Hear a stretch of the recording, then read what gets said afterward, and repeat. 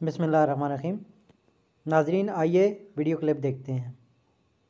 پہ پتہ نہیں 5 سال سزا ہوگی۔ اوبیسلی وہ ہم جرنلسٹ کے لیے ہی نافذ العمل کیا گیا ہے، لیکن آپ کیا دیکھتی ہیں کہ فیک نیوز پھر وہ کون سی کس چیز کو فیک نیوز، کیا وہ کسی کو اگر وہ خبر پسند نہیں ہوگی تو وہ کیا وہ فیک نیوز ہوگی، یا وہ جینون ہی فیک نیوز کو پہ اوپر کارروائی ہوگی، یا جس کی پسند ناپسند کے اوپر جو ہے وہ فیک نیوز بنا دی جائے گی؟ دیکھیں، میرے خیال میں سوال میں ہی اس کا جواب ہے، اور اس ملک میں پچھلے 2 سال سے یہی جبر مسلط ہے، اور یہ جو ساری ایکسٹینشنز ہیں نا وہ اسی جبر کے لیے۔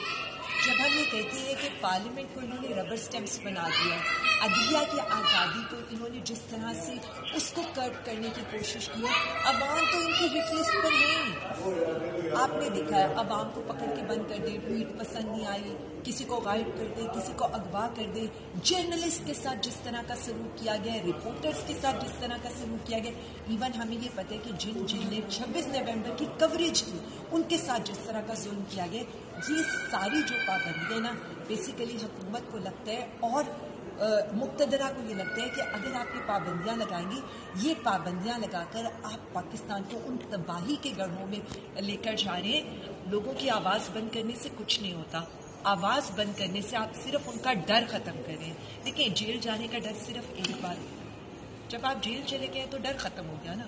780A کا ڈر ایک بار ہوتا ہے، لیکن جب آپ پر ہر مقدمے میں 80A لگی ہو تو پھر کیا کریں گے؟ کیا آپ 25 کروڑ عوام کو دہشت گرد ڈکلیئر کرنا چاہتے ہیں؟ کیا آپ 25 کروڑ عوام کو غدار ڈکلیئر کرنا چاہتے ہیں؟ یا آپ کو یہ لگتا ہے کہ 25 کروڑ عوام آپ کو پسند نہیں کرتے تو وہ جو بات کریں گے آپ کے لیے وہ ناپسندیدہ بات ہے، لیکن وہ بات سچ کے اوپر ہے تو اس پر آپ نے ان کو اغوا کر لینا ہے۔ یہ اس حکومت کا، یہ مقتدرہ کا مائنڈ سیٹ ہے۔